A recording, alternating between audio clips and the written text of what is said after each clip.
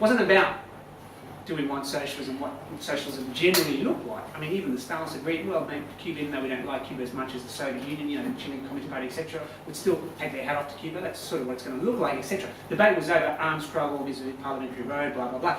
The debate now is about actually where we're going. Sort of all agreed on how we're going to get there, because the revolutionary left also does not see any other way at the moment but the accumulation of forces in the institutionality of each system. That is through Parliament, basically. There's not a meaningful revolutionary group in Latin America that does not see the accumulation of forces being quite centrally involving the actual parliamentary process. Okay, it's impossible to think of a force with the Colombians, with the exception of Colombians, but they're there's a whole other sort of debate because they've been marginalised by the rest of the left. In many cases, for some of the wrong reasons, but we'll talk about that in discussion. So, the important thing in Latin America, though, is that you can see three clear, I think, projects of fundamental transformation. The leading vanguard is, of course, Venezuela. I'm not going to talk about it much because it's kind of more history, etc. This is a worker state in the making. You can debate about, you know, what's happening here or there, but it's a worker state in the making. It's recognised by the entire revolutionary left in Latin America as the vanguard, and is leading in example both in tactical and strategic terms, and in terms of the thinking about, hence the Fifth International, etc., but also in terms about where we're going, the socialism, what it's going to look like, what's this 21st socialism going to look like, how's it going to be different to Cuba, certainly the old actually existing socialism, etc.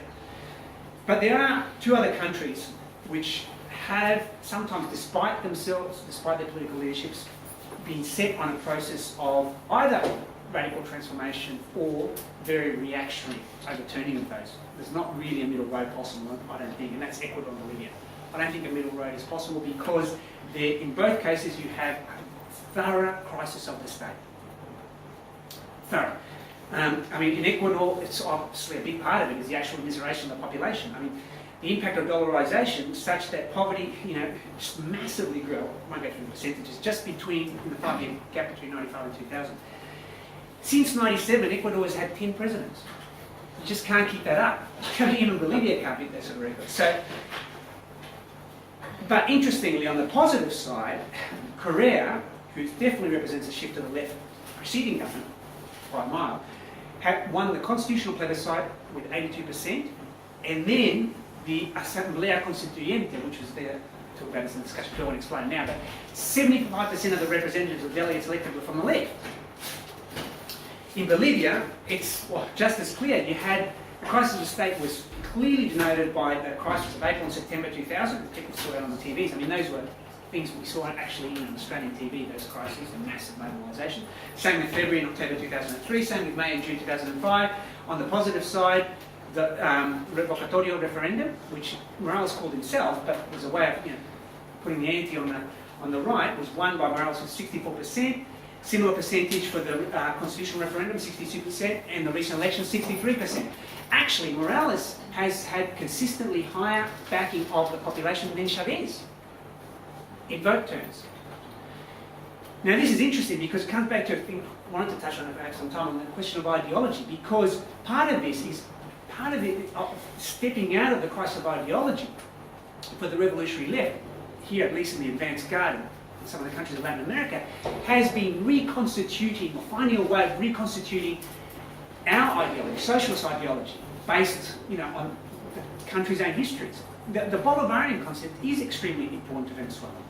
It's part of the ideological refoundation of socialism. You can't base it. It's not, see, in the old days, at least, the Communist parties in Latin America, like the Chilean Communist Party, literally, the ideological argument was literally the Soviet Union. I mean, that's why the joke in Chile was when it rained in Moscow, the communists in Chile put up the umbrellas in Santiago. Because that was the basis of socialist ideology. Cuba started to change that right from 59 and then more fundamentally, of course, into the 80s, 90, the return to 90, etc.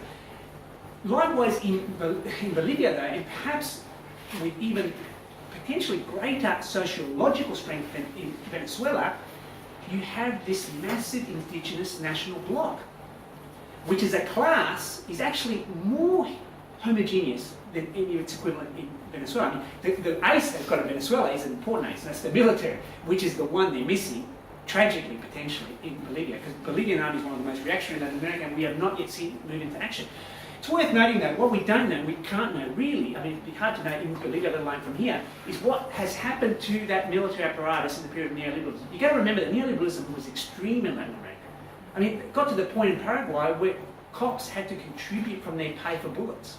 That's where privatisation went. So if you get to that point in privatisation, including the fragmentation of the military apparatuses, then who knows what happened inside those militaries? Who really knows? I mean, that might account, some of those changes might account for why the Bolivian army hasn't moved thus far. Because certainly, it's not like the US wouldn't have supported them.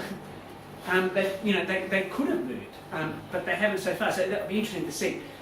Not to mention all the positives in Bolivia too. The constitutional changes, as sort of soft as they may seem from afar, have put forward some changes in the whole ideological conception of the nation, which are quite important. Even the formulation of the right to live well.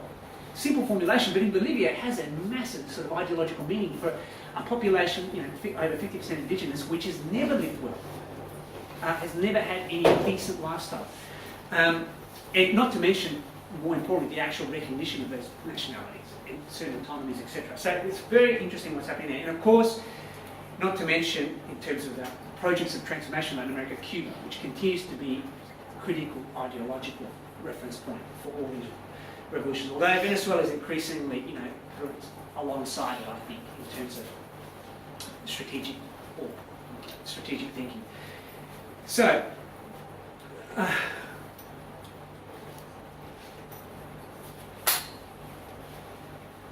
now, amongst this, this is what I want to end on in terms of some reference points for our contributions to discussion, our own thinking.